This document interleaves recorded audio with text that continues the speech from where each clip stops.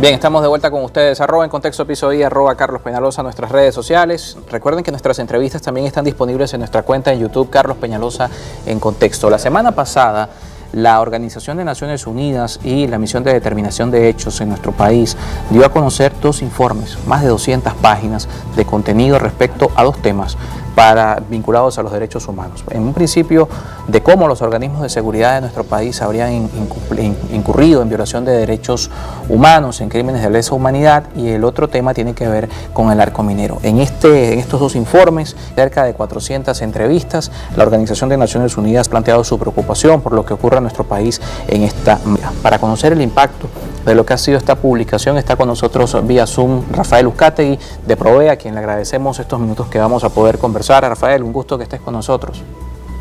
Buenas tardes, Carlos. Gracias por la invitación y saludos a tu audiencia a esta hora.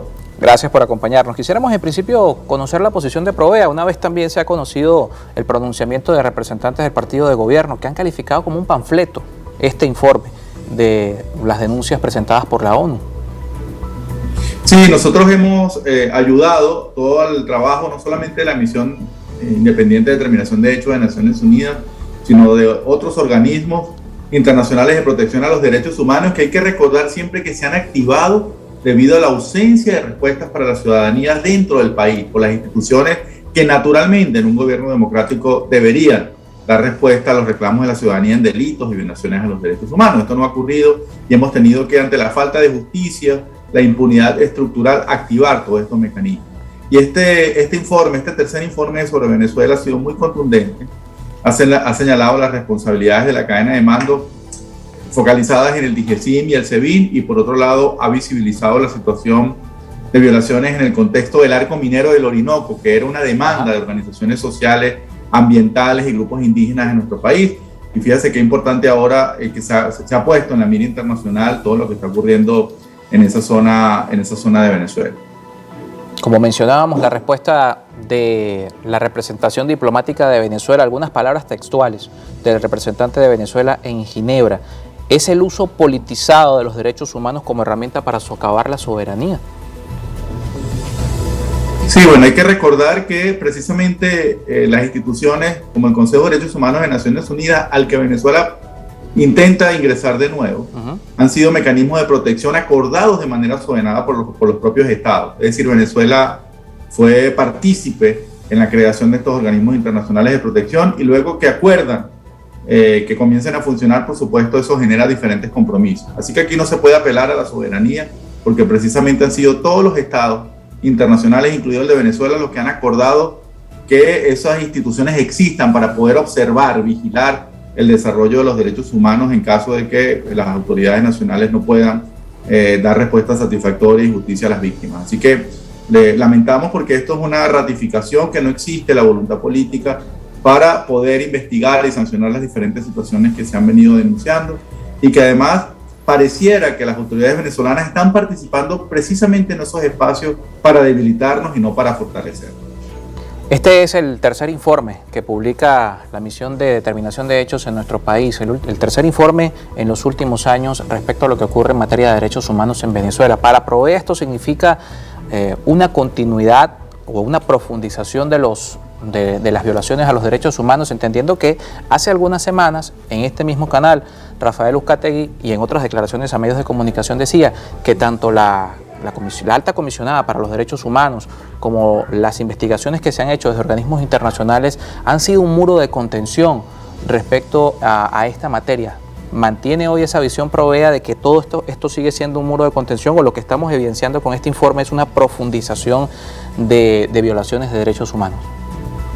Sí, estamos absolutamente convencidos dentro de Provea que si no existiera este trabajo de la Corte Penal Internacional o de la Misión Independiente de Determinación de Hechos de Naciones Unidas o de otras organizaciones que están actuando sobre nuestro país de una manera muy cercana, como la Organización Internacional del Trabajo, seguramente la situación sería muchísimo más grave de la que hoy conocemos, y lamentablemente tuviéramos que contabilizar mucho más víctimas de las que ya existen.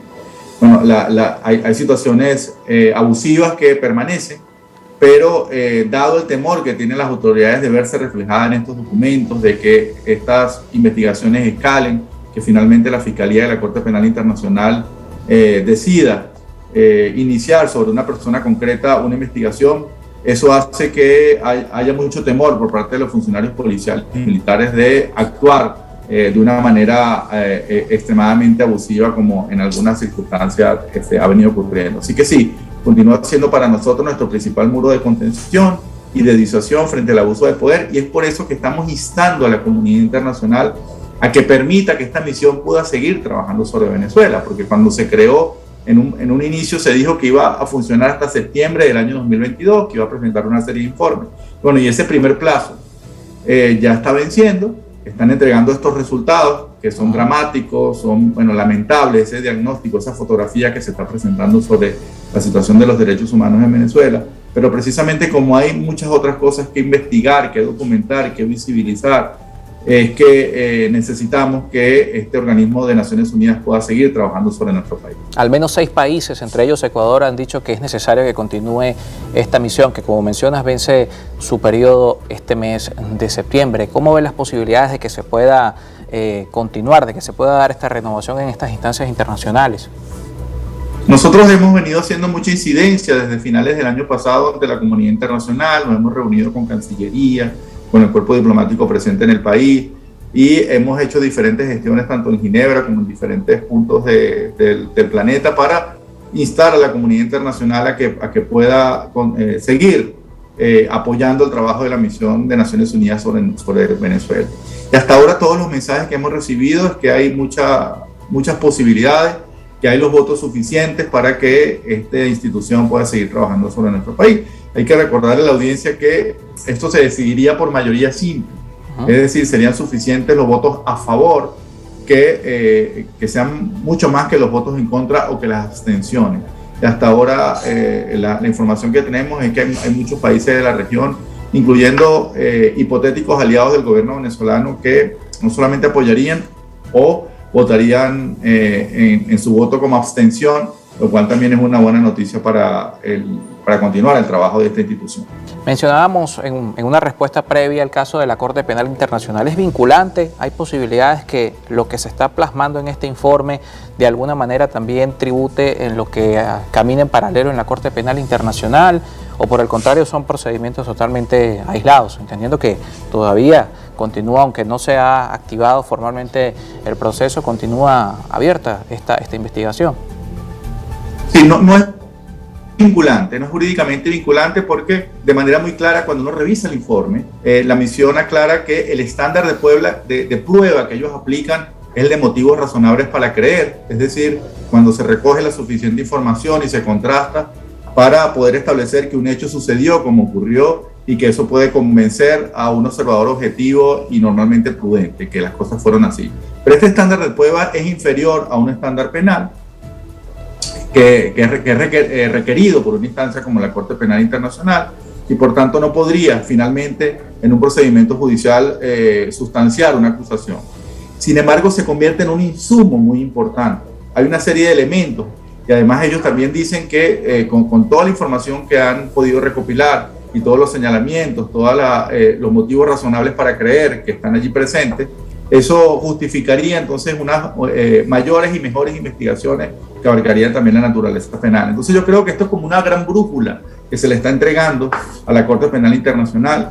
Es un documento para poder seguir engordando los expedientes, y eso le va a permitir finalmente a la Fiscalía de este ente poder tomar una decisión sobre cuáles casos podría comenzar sobre los crímenes contra la humanidad que han ocurrido en nuestro país en los últimos años. Entonces es un insumo de mucho valor, de mucho trabajo, es una gran brújula, pero no es obligatorio, no es jurídicamente vinculante las conclusiones de este informe con el trabajo que está haciendo la Corte Penal Internacional. Y vinculante, ya nos toca finalizar la entrevista, vinculante a las acciones del Estado venezolano, es decir, para que el ciudadano también lo entienda, estas investigaciones ¿a dónde llevan?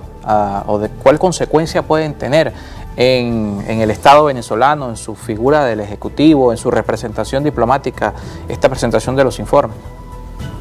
Sí, salvo la Corte Penal Internacional, todo el resto de los mecanismos de protección a los derechos humanos apelan a la buena fe de los estados, y generalmente este tipo de investigaciones, como lo hace la misión, finalizan con una serie de recomendaciones. Así que no son de obligatorio cumplimiento, pero sí es una muestra de buena fe que por supuesto fueran incorporadas por la acción de gobierno, y yo invitaría no solamente a las autoridades, sino también a todas las personas que nos están viendo en este momento de que revisaran este informe, estos dos informes, que leyeran las recomendaciones, porque esas recomendaciones se convierten en sí mismas en una agenda para poder mejorar de manera sustancial la situación de derechos humanos en nuestro país.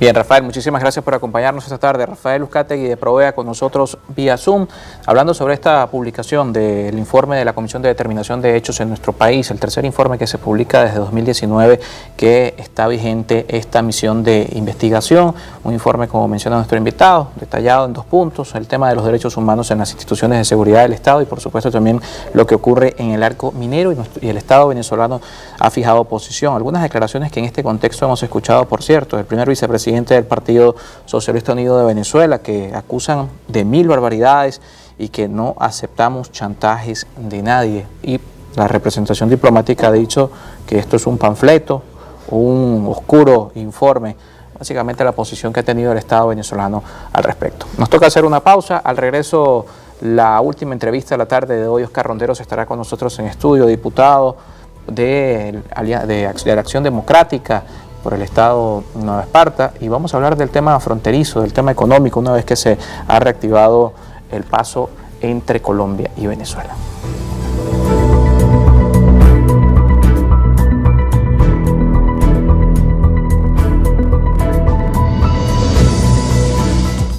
¿Qué pelón de qué?